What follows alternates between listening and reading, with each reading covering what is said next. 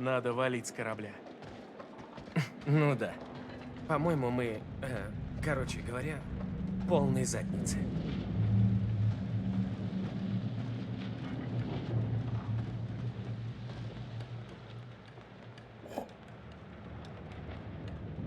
Наверное, это бред, но может из этих орудий сбили тот самолет?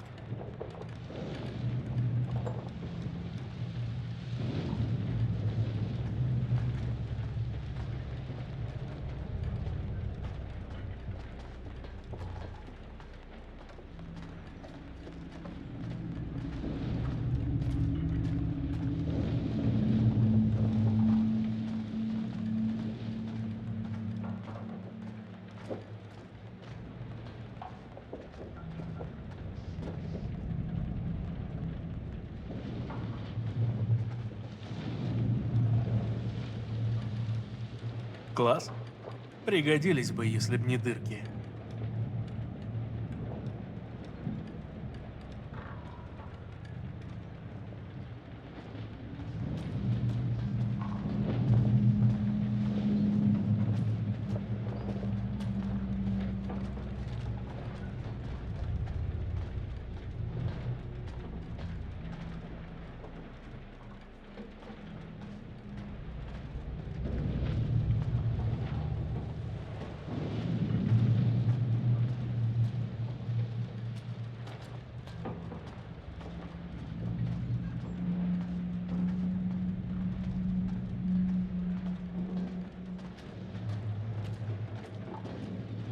Нашли выход? Увы, нет, но я буду искать.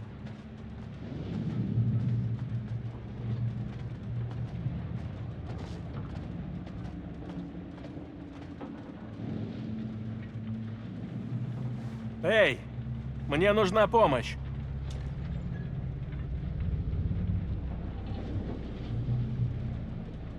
Тут мы сможем подняться. Подсади-ка.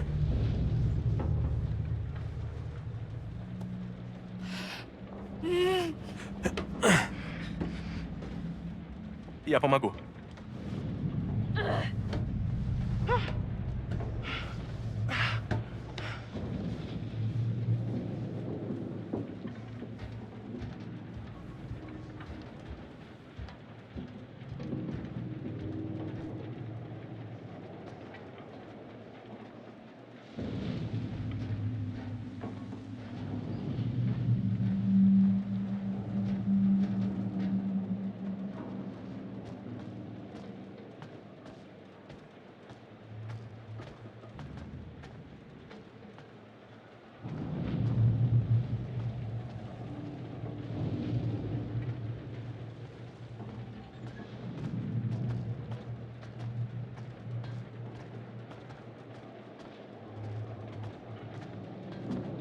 Здесь. Да, здесь я бежала за Конрадом. Знакомое место.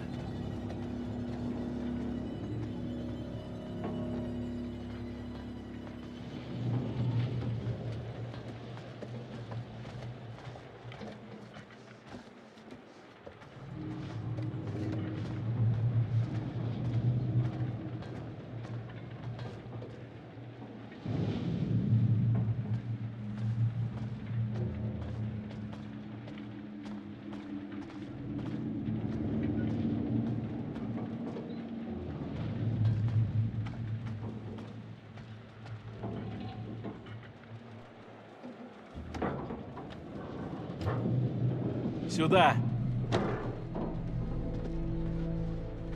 Тут можно пройти.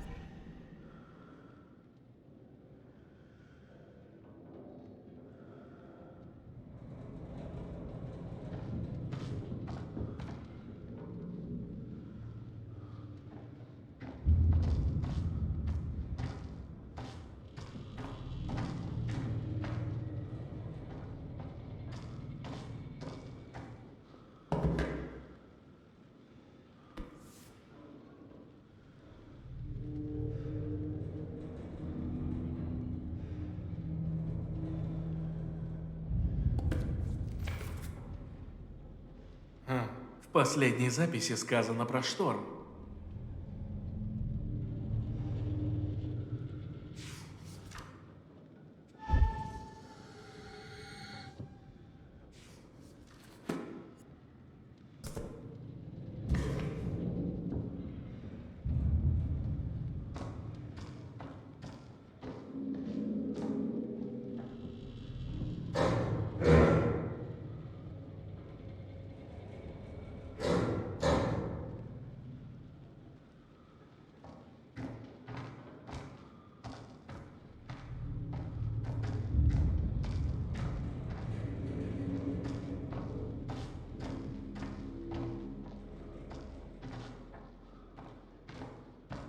Вы нашли радио?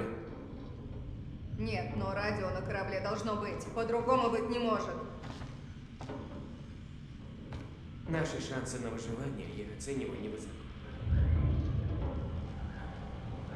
Что-то тут не так. Если идти в Сан-Франциско, то не таким же маршрутом. Как будто пытались отвести всем глаза. Типа прятки, только в океане.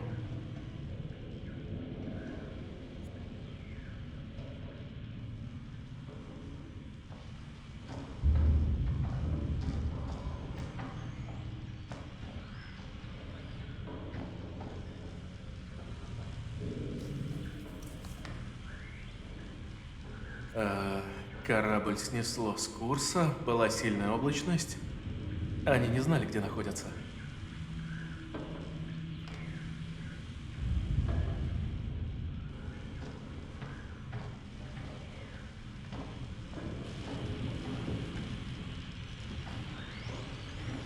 Смотрите!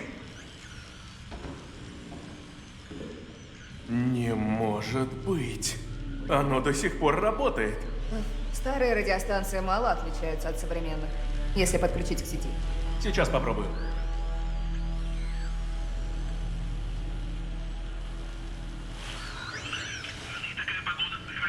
О, работает!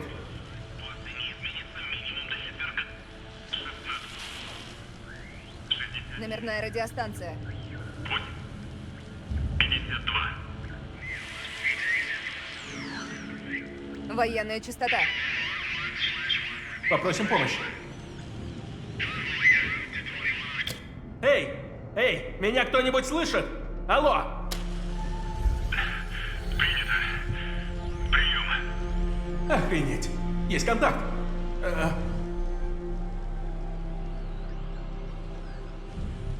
Если вы слышите, мы на старом грузовом корабле. Наши примерные координаты... 12:30 южной широты, 151:20 западной долготы. Пожалуйста, мы вас ждем. Нужна помощь. Повторите. Повторите. Прием.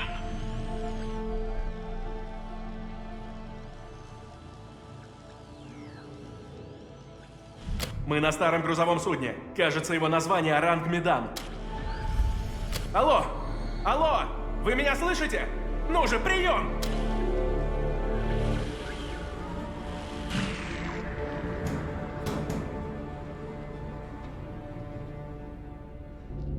Йоу, народ! Зацените!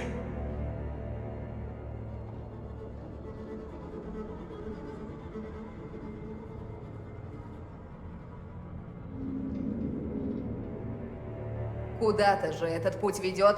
Надо попытаться включить электричество. Нам нужно включить радио. Кто-то из нас должен остаться здесь, возле радио. Скажу честно, от меня там будет маловато толку. Пойду я, разумеется. Я все сделаю. Идти должен я. Ну, младший, Ну что? думаю, ты заслужил повышение. Будешь средним братом? Я не понял. Ты о чем вообще? Ты отличился. Прям вот грудью на амбразуру, О, это метафорично. а не на фотку пулемета. Уважаю. Серьезно. Ну, что скажешь? Ну, если ты хочешь, я в тебя верю, бро. Я тоже иду. Эй, что?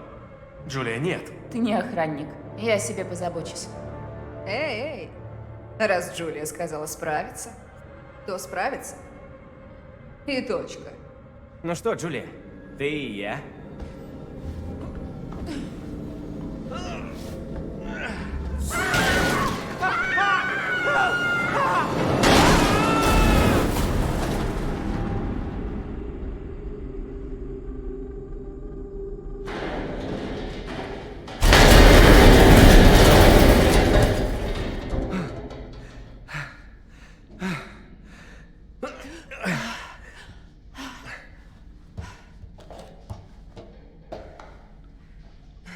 Кости целы? Все на месте? Все целы? Нормально. Что будем делать? Надо понять, где мы. Ладно, мы будем ждать у радио.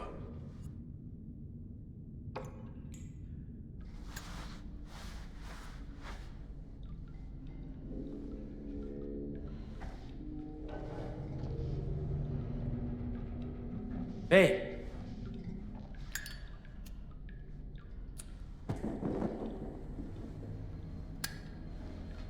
Ты первый.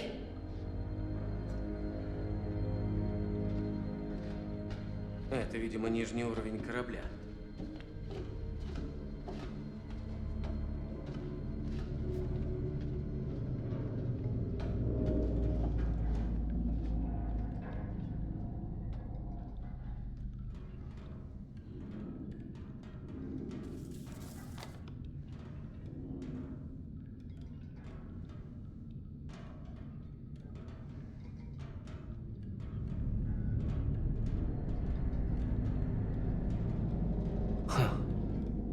В лазарете лежал парень по имени Джо.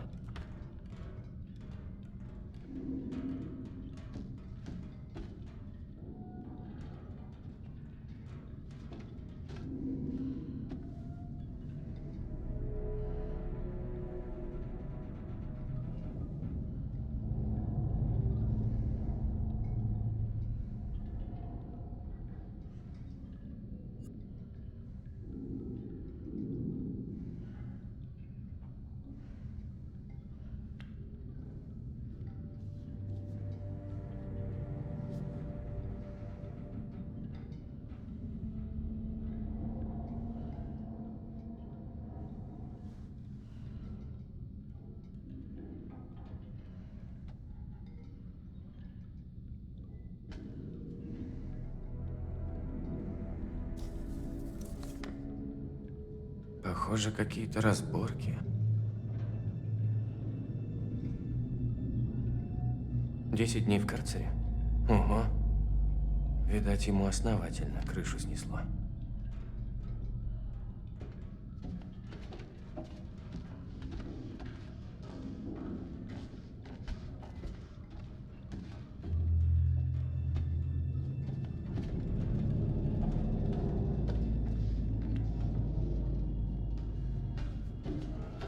Хотел бы я, знаешь, кайфануть. Что за хрень ты несешь?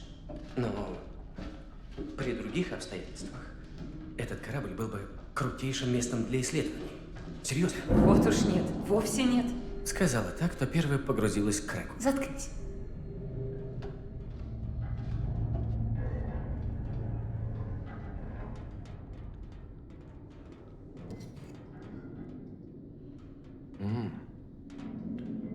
Наверное, сын кого-то из экипажа.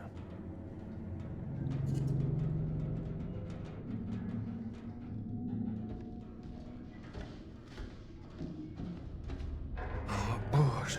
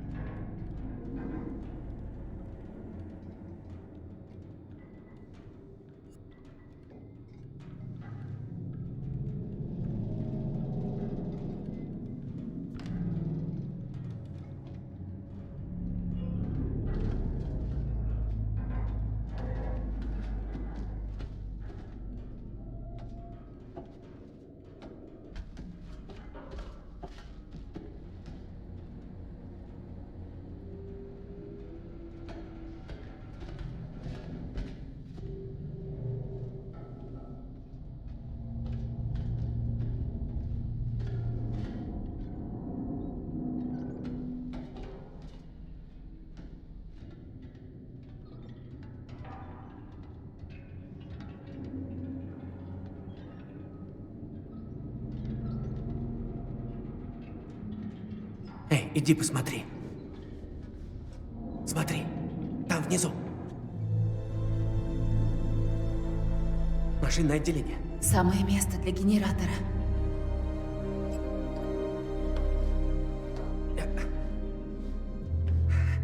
Лестница обрывается. Кажется, я могу... Стой! Ты в порядке?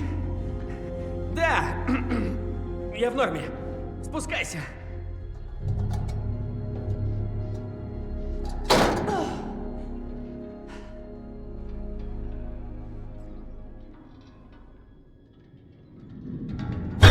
О, Господи! Чего? Смотри, там... Это... Стой! Ты не видела? Ау? Так, значит, у меня глюки, а у тебя нет? Значит так. Вот что я думаю. Этот корабль вез маньчжурское золото. Ну, то есть, на самом деле, опасные реагенты, верно? И тут везде этот странный туман. На всем корабле. Может, это маньчжурское золото? И может, оно сводит нас с ума, понимаете? В смысле, я точно видел какую-то хрень, которая казалась такой реальной, но вдруг ее не было. Экипаж был чем-то до смерти напуган. Ничего не было. Не на самом деле. Это все галлюцинации. А с упавшим самолетом это никак не связано? Но, может, и был контакт. Может, они наладили связь. В общем, как вариант. О, боже. Ладно, идем дальше.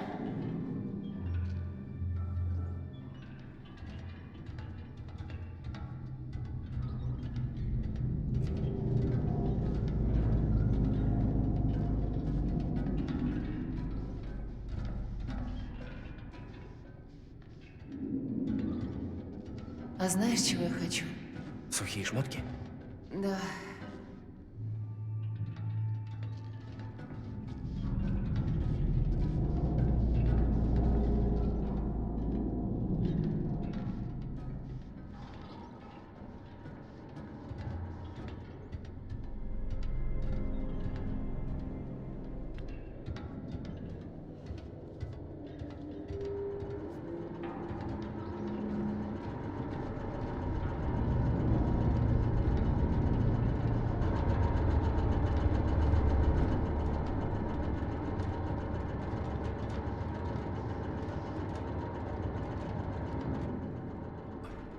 Посмотри. Это ребризер. Походу, они с нашей яхты притащили. Он еще работает? Там есть немного смеси. На пару минут. Стоит его брать, он тяжелый. Он будет нам мешать. Ты с ума сошла? Пол корабля затоплен, он может спасти нам жизнь.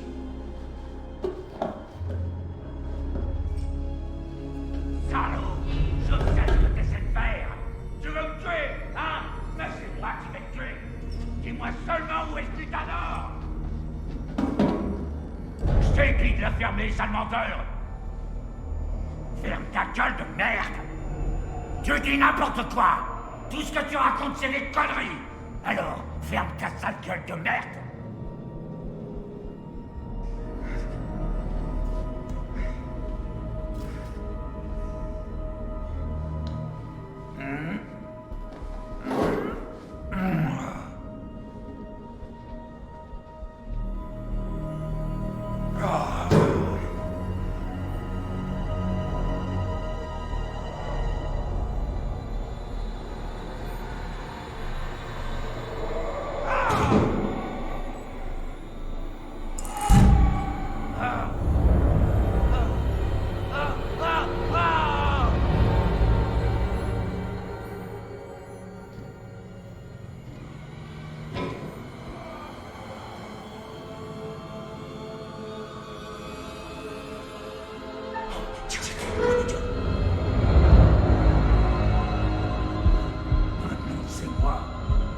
Viennent chercher. Les esprits des morts viennent me chercher. Je vous attends, bande d'enfoirés.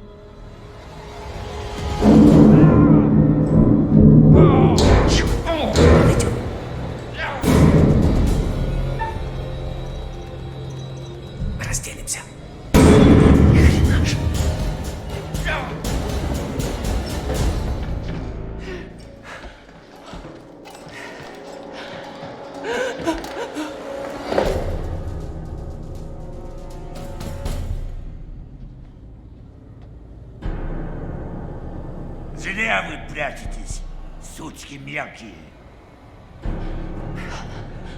Хотите захапать все золото?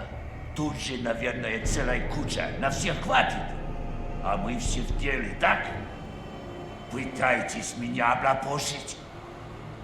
Знаю, чтобы не делиться, вы оставите меня здесь на смерть. Но капитан здесь я. Я здесь главный. Поэтому я здесь решаю, кому уйти, кому остаться. Он вот-вот нас догонит. Ты ведь придумал, что делать? Он псих.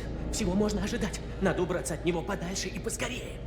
Беги, беги, давай!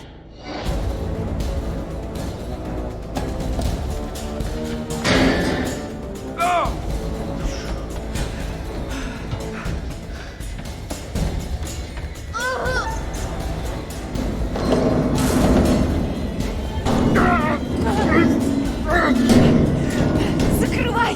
Боже, не стой! Мы в безопасности? Пожалуйста, скажи, что да. Да, конечно. Эти двери способны выдерживать много.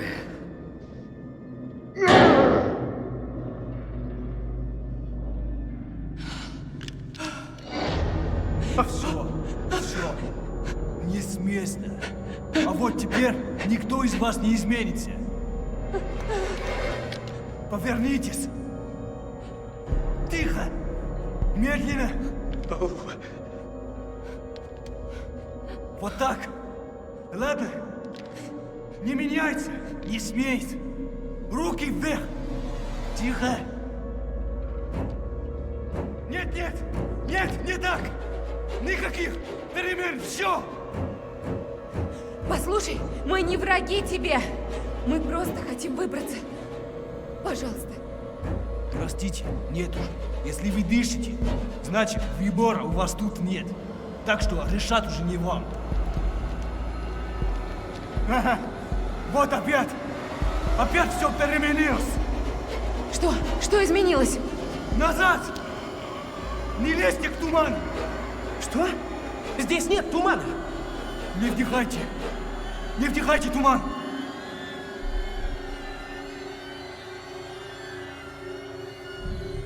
А почему нельзя вдыхать? Как он действует? Он зло. Он оживляет то, что не должно быть живым. Уже внутри нас все. Пожалуйста, успокойся. Стоп! Туман в конто. Без нас? Убери пистолет. Слышишь? Что за разговор? Чего ты меня приказываешь? Да, вы вдохнули туман. Только что. Я чувствую.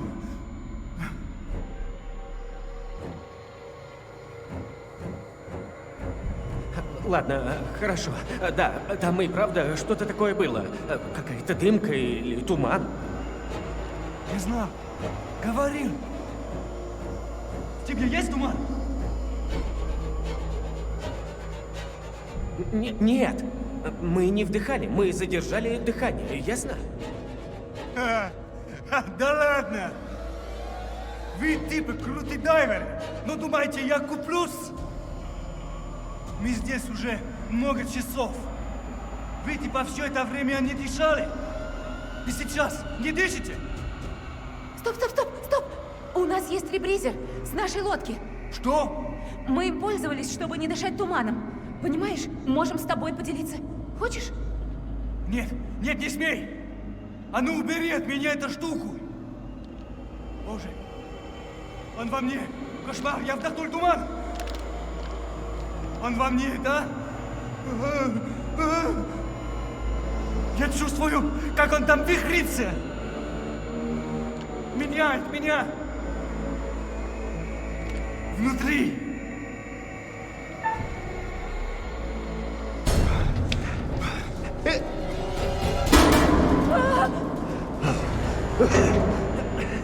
Нам Осторожно, ребризеры!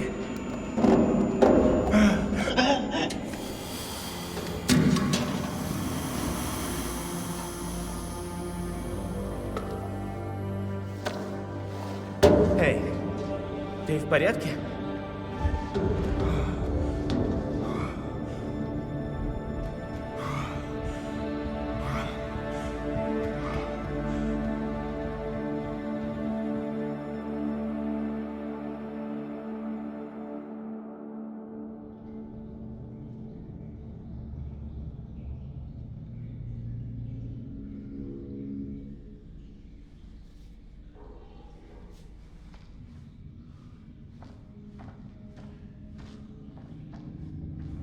Жди возле радио.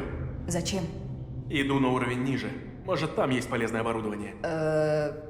Постараюсь недолго. Подожди меня здесь. Я тоже буду здесь.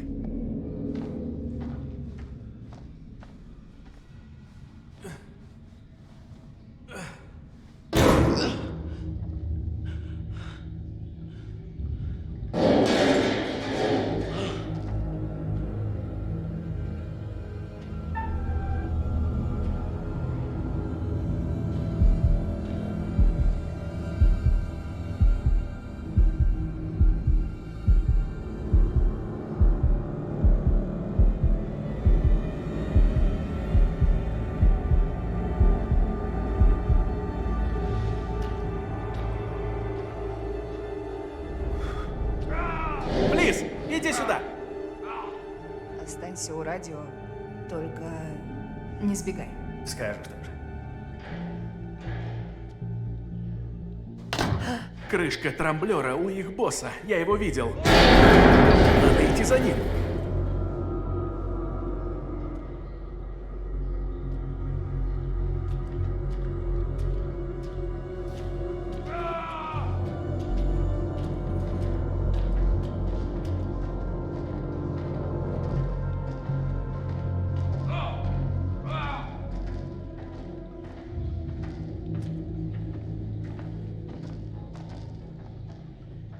Наверное, это мы и слышали.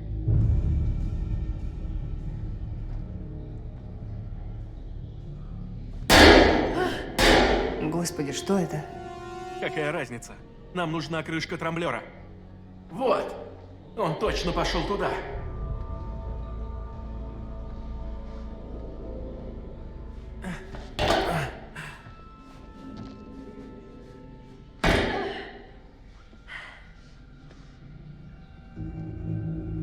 Вот, блин. Ну ты посмотри.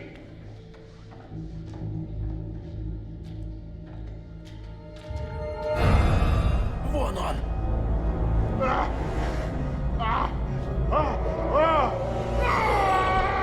Сможем перебраться? Ну да.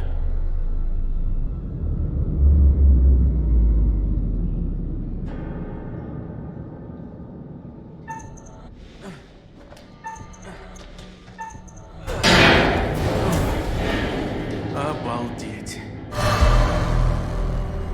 Тут что-то есть.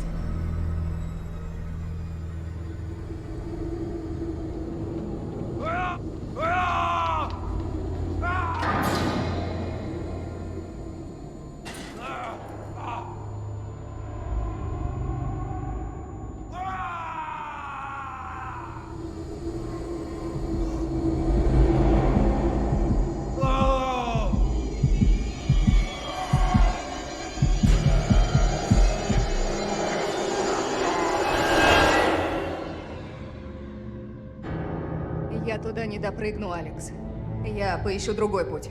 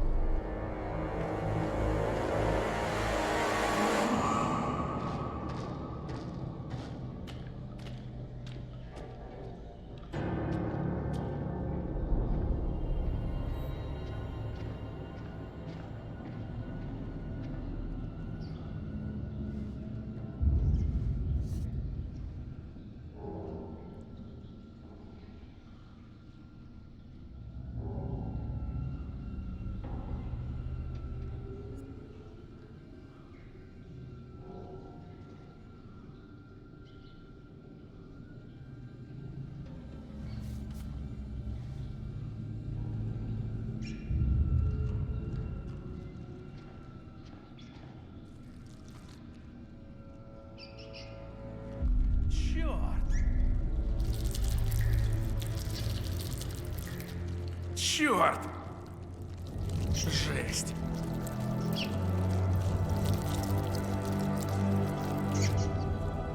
Ты смотри. Вот бывает же везение.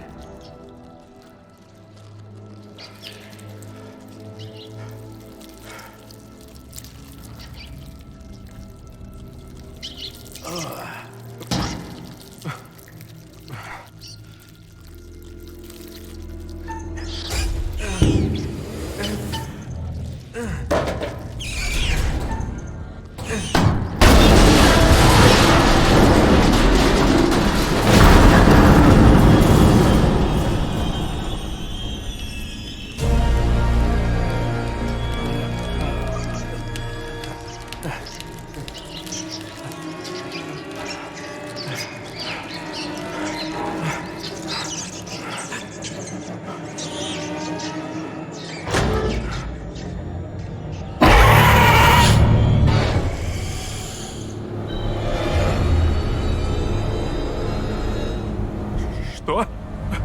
Ты кто?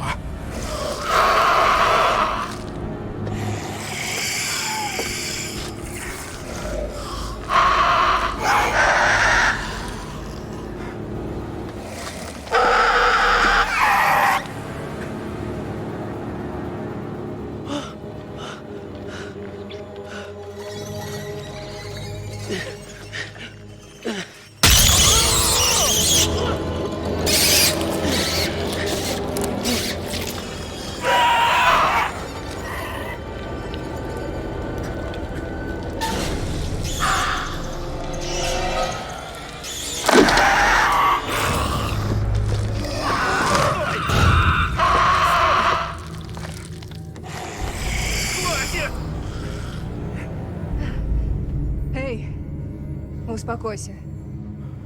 О, Господи. Господи. Флис.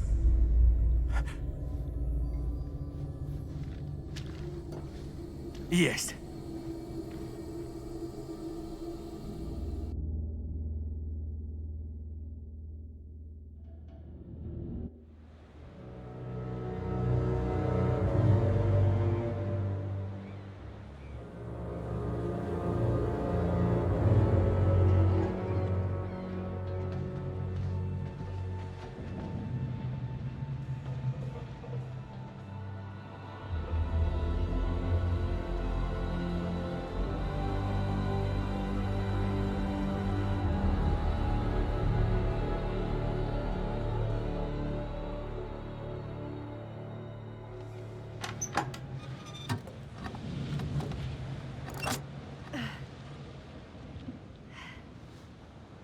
Ну что, попробуем?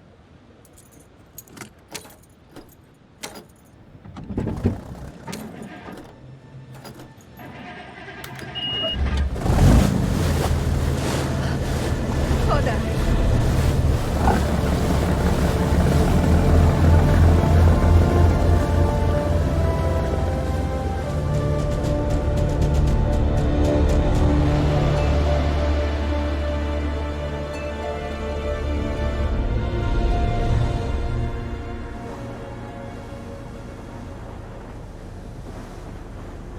Козел, захвативший яхту, думал, там золото.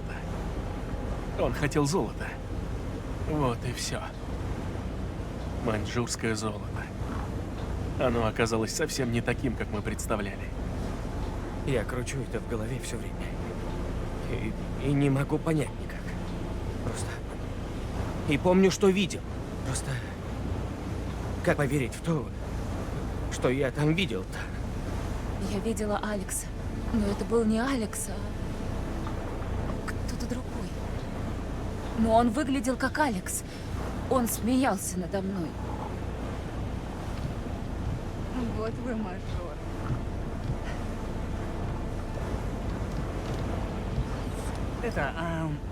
Кто-нибудь хочет пивка опрокинуть? Давай. Ага.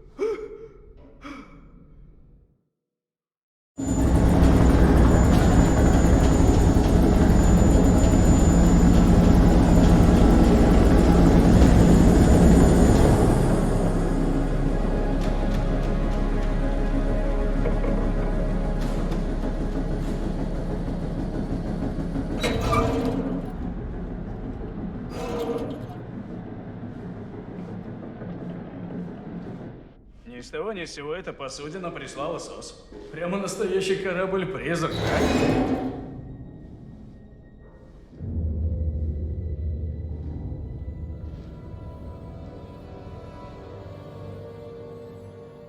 О, а это что?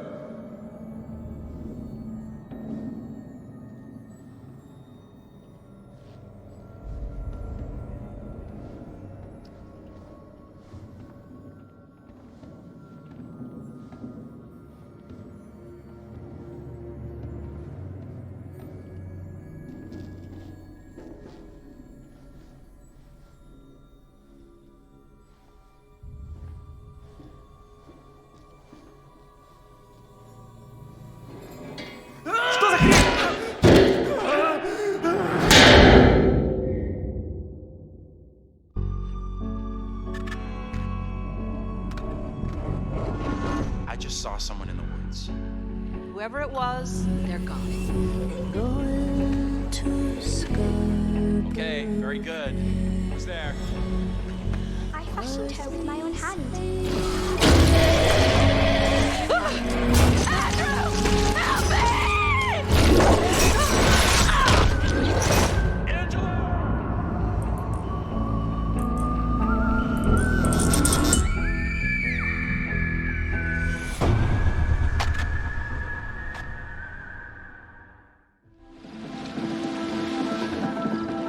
Hey. What's up, man? Conrad.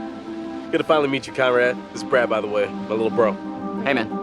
Want to crack a cold one with me? In The Man of Medan, I play a character named Conrad. And I think initially when we find Conrad, he is a sort of entitled guy, a wealthy American who's on vacation. Where's the old crust bucket skipper anyhow? He's an adventurous guy. He lives off the cuff. He does what he wants. I'd invite you to make yourselves at home, but And I think that's kind of fun to play as an actor. He has no censor, he's no filter. So whatever circumstance he's put into, you know exactly how Conrad feels. And so it was kind of fun performance to start out being brash, kind of a silly guy, and just jump in and have fun with that. So is everybody on board and ready to go? You're selling, I'm buying. I think Conrad and I have some similarities. I think the sense of humor and the sense of fun are similar between Conrad and I, but I will say that he's a little more aggressive and a little more outlandish than I am. Guys, look, I think we gotta listen to our experienced, beautiful, smart, and beautiful captain here. If she says we should do things Connie, the right- please, I didn't bring you on this trip to get laid. Wait, what? I think Conrad's the kind of guy that I would like to be at a party with. You know, I'd like to have a barbecue and drink some beers with him. I don't know that Conrad and I would be best friends. I think we'd butt heads a little bit. Right on, Bradical. I like the cut of your ship. It's jib. Don't ruin it. I think the scenes that I've had the most fun with so far are basically when Conrad is going absolutely crazy. I don't want to give too much away, but there's a scene where these sort of fishermen interact with our divers, with our core crew here, and he's just a bit of an asshole. Hey, we got damage here, you see this? We can take care of this, man. It's not a problem. I mean, what do you think, like $10 cover it? Oh, whoops, my bad. Let's make it 20. Okay. Hold on, I got this. Well, shoot, you think it's more like 30? I can do 30. All right. You drive a hard bargain, but I'm with you. Here, you know what? Let's just throw in the whole pot. That's yours. You go ahead. Let's go. No!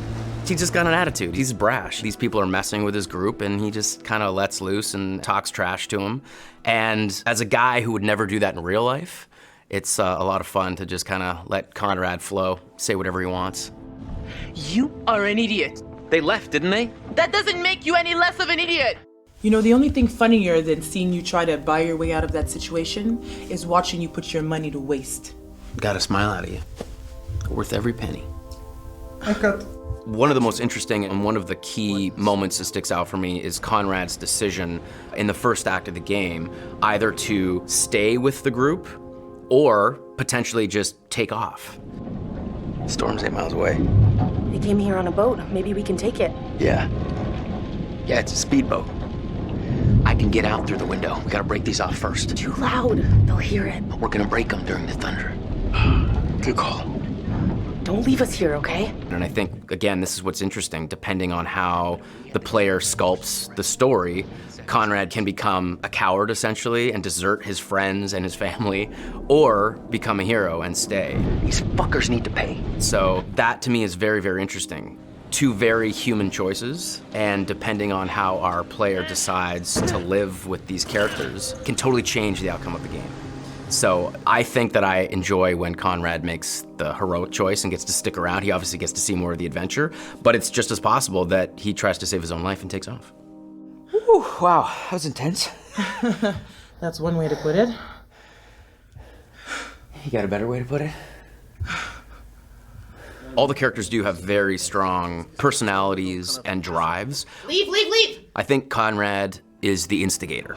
Good news, bad news. Bad news? I don't see how this could get any worse. I think he is the one that really starts the confrontation with the fishermen. These are kind of maybe the fishermen I pissed off earlier. Oh, god damn it, Conrad. Great, just great. And the good news? So I think in a lot of ways, Conrad is there to stir the pot and create drama. I recognize them. How was that good news? I thought you were gonna ask the good news first. You're such an idiot, Jesus. Do I prefer playing the good guy or the bad guy? I think that there's fun in both. To be honest, I don't get to play the bad guy as much as I get to play the good guy, so I think I relish those moments where I get to play the darker side of things. But I think every good hero has that balance, has that dark side. I think a good guy who only is doing good things is kind of boring. You just had to piss them off, didn't you? So I think that there's elements of both sides in both characters. And the best villains are the villains that don't think they're doing anything wrong. Their motivation is not like, oh, I'm a mustache twirling bad guy. It's like, no, they're doing what's right for them. It just happens to be against what most people think is the right thing to do. If I can't shoot them as payback, at least I could give them a nice jab with a sharp knife. Because I'd had some experience working with motion capture and games before, this experience was much easier for me coming right in. I didn't feel like I was jumping into the deep end.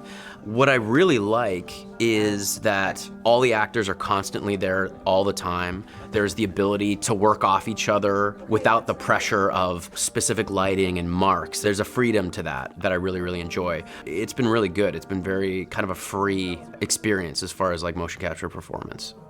You got a funny way of saying thank you, Conrad. You're a piece of work, Conrad. I'm not all work, I'm a little play, too. Hashtag wink.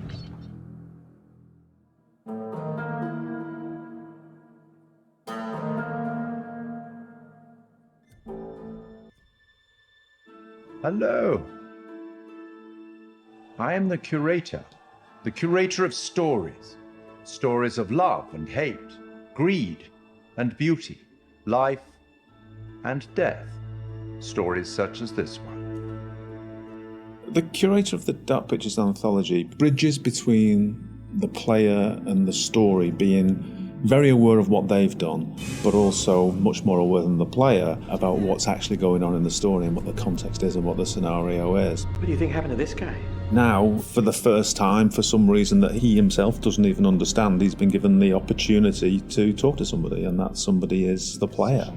As far as he knows, it's always been him that's done this job, and nobody else. And within his library is the story of everybody's life and death. There's even rooms in there that he can't remember ever going in, but he's way too busy to go and explore because there's always another end of life to record and document. Clothes are so important because they provide an insight into the character. They explain where the character's been, they describe where he's going, they suggest motive. We want the audience to perceive him as having everything completely in control. So all of the ideas of his clothes being tailored to his body, it's really important to us. We worked with a costume designer. He did a lot of research into the authenticity of the materials and textures. He provided us with lots of authentic high-resolution reference. He even gave us material swatches. It was really useful for us because looking at the folds, looking at the visual language of cloth, how do they sit on the character? Is it working from a distance? What's the weight of the material? It gave us a really good platform in order to produce high-quality, realistic materials. Giving it that depth. I'm here to record the story you choose to tell. I think that whenever you're dealing with a realistic human acting performance and facial expressions, that part of it is so key to transferring the emotion that you want to over to the player. Just the definition and detail that you need now is quite challenging. But there are repercussions. In terms of cameras, it's quite interesting as well because we've talked a little bit before about how we use skewed angles, upshots, tilts and all that kind of thing to create this feeling of unease and anxiety in the horror moments. And for the curator, it was quite the opposite actually. He's very much in control and he knows everything about the game you're playing and he's very much at home in his own environment. So we took the approach to have a lot more flattering shots, a lot more level shots. You look at him at a natural height. You're never like below or above him and it creates this veneer of control. It's almost like it's very straightforward and he's just delivering you these statements. You see, we each make decisions according to our own moral compass. And of course he's British. As soon as we'd established that and who he was and what his personality was, our minds went pretty much straight to Pip Torrens to deliver the performance. And Pip's done a brilliant job bringing everything that we wanted in the curator to life on the screen. And pretty much everything that we shot was nailed on first take by Pip. But the truth of this story isn't fixed. Far from it. A story can change a great deal when told from a different perspective. One thing that was really important for us with the art direction was to somehow differentiate him from the rest of the game that you're experiencing. And with that, we could make a really interesting contrast because as the player, you might be experiencing all this horror, all this craziness, and all of a sudden you're taken out to quite a different and quite an unusual place. So that was a really fun thing to play with. We tried to play up on that contrast and really signal to the player that there was a change happening. The curator addresses the player directly. He's quite ambiguous, he's quite mysterious. You're really not sure if he's there to help you or hinder you sometimes. And I wanted that to kind of be reflected in the art. The corridor that he is in at the start of the game and where you see him a lot of times, we wanted to get this feel of an almost infinite corridor that's got this maze-like feel. It's not a set-out space that you automatically understand as a viewer when you see it. You're not sure how long it goes on, how many paths there are, how much of a maze this corridor is. So to light that, we wanted to get this feel where there's not markers that tell you this is where you are right now in the corridor, you've been here before, just to increase that feeling of not being fully aware of your surroundings and add to the mystery of the scene. And then he goes into his repository, which is a huge vault of books and secrets, with his main desk right in the middle. He's got large windows for light, a skylight above that would also let a lot of light in, a mezzanine floor, a marble fireplace, classical, opulent, sophisticated. The central feature of the repository is the curator's desk. So we researched how that might look and wanted to make it look a big, substantial piece of furniture. We added a lot of scroll work and detail to the front and rear. All of the things that you'd expect, the brass fittings for the drawers. There's quite a lot of detail went into that, and we thought we might be seeing that quite close as well again. So in the end, it fits nicely within its environment. It references some of the Victorian era detail that you might see on a piece like that. The creator has the ability to access stories through the pictures on the wall. They're almost portaled through to another world. And that all had to fit within our architectural environment. So we looked at very ornate framings, large pictures that would hang on the walls, that would feel correct and not out of place in something of this nature.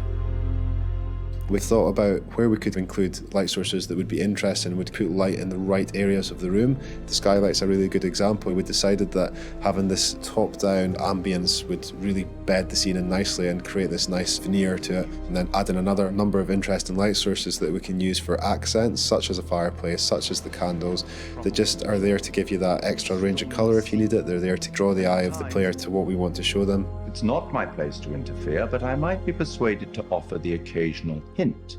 Here's one for free. It's a strange place. Who's this guy? Why is he talking to me? Where am I now? I was just on a ship having some horror happening, and now I'm here. And this guy has the appearance of being there to help you, but he seems like such a strange guy, and the environment he's in is so different. There's a certain ambiguity to it.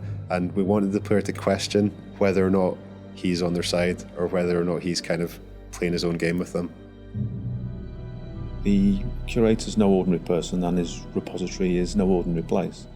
And you'll get the chance to see him again in the rest of the Dark Pictures Anthology. We will meet again. It's inevitable.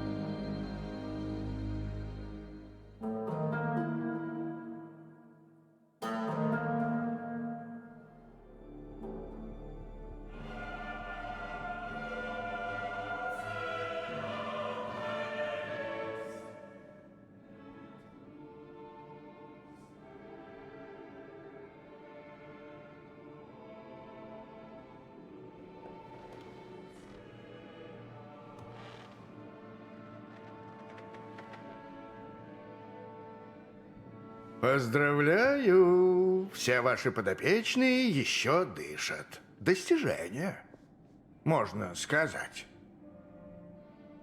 Ситуация накалилась, но Алекс сумел сдержаться. Молодец, Алекс, и вы молодцом. Все дело в решениях, не так ли? В решениях, принятых в спешке, в панике, принятых не разумом, но сердцем.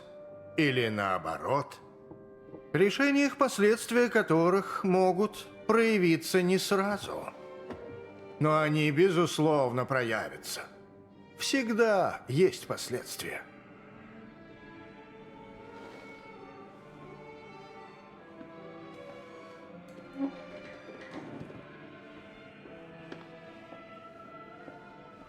Что ж, до встречи. Может, в Литл Хоуп, а может быть, где-то еще. Но знайте, мы встретимся. Это неизбежно.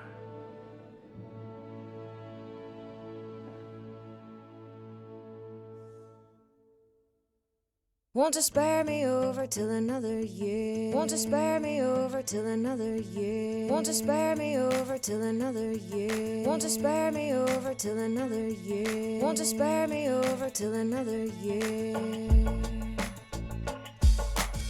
Oh, death, oh, death. Won't you spare me over till another year? Well, what is this that I can't see with ice cold hands taking hold of me? Well, I am death, none can excel. I open the door to heaven or hell. Everybody's looking, trying to find a way out. See them seeing every day what this world's all about. You're realizing that it's hard, you're trying to pick the right path. There's poor people, poor streets inside the neighborhood mass, bearing scars of the past. They keep trying to escape destiny within their eyes. These are the tears of our fate, all these numbers of our lives that we keep trying to equate. The God is living every day, we're in search of that gate. Pray. Oh, death, oh, death. Won't you spare me over till another year? Oh, death, someone would pray. Won't you come and call me another day? The children prayed, the preacher preached. Time and mercy is out of your reach. Lo and behold, the pale horse and the rider who decides the fate of one who made a failed choice. With a tail off behind it, the trail's off in the fire that spark those who don't know they're stuck on a stale course. Yeah, we all face death when it comes to take your breath, usually without knowing how many days are left. Some raise their chest, others cower when it comes, whether you're living in the towers or down in the slums. Oh, death, oh, oh, death. Won't you spare me over till another year?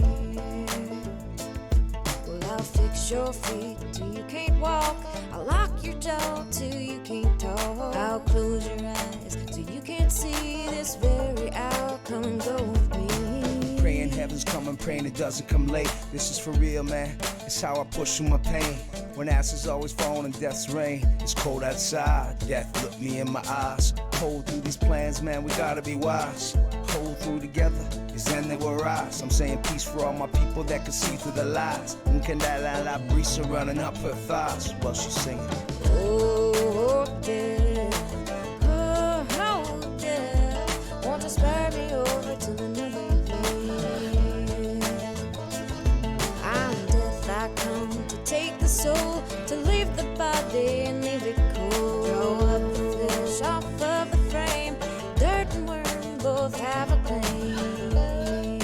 take a moment to reflect on. Think of all the things in your life that you slept on, or slipped through your fingers like Teflon, cause you lost your focus, steady thinking about the next dawn, saying that the next dawn you'd make things better, but you didn't get a chance to make your reparations. Better make some preparations, but if you're not ready yet, death comes for all of us, my friend, so you better get. Ooh.